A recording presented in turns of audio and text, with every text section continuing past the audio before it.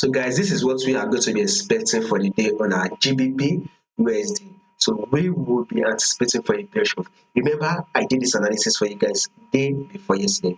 3 days ago, I did this analysis for you guys and I told you clearly that GBP USD is going to give us a bearish move, and it did exactly what we said, predicted it to do, right? We said that it's going to give us a bearish move, and it did exactly what we said it's going to do.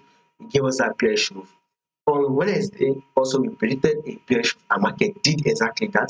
On Thursday, also we also predicted a bearish move, and market did exactly that. Now, for this Friday, we should still be expecting a bearish move for the day. So it is very simple. GBP USD is very much trending to the downside.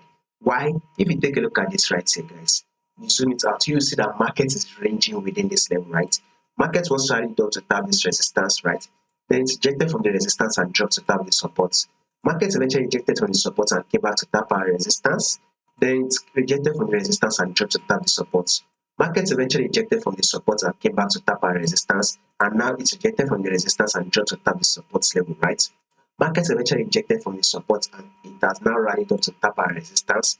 At this resistance, we are now expecting a rejection that markets will continue to do in order for it to drop to tap the support level.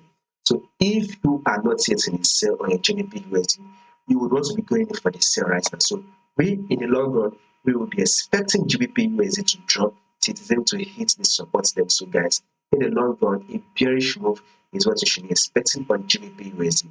Now, the thing is, could there be changes to this prediction that we just did? Absolutely, yes. There's a possibility that there will be changes to this prediction that we just did. But if there's going to be any changes to this prediction, I'll make sure I do the update and let you guys know.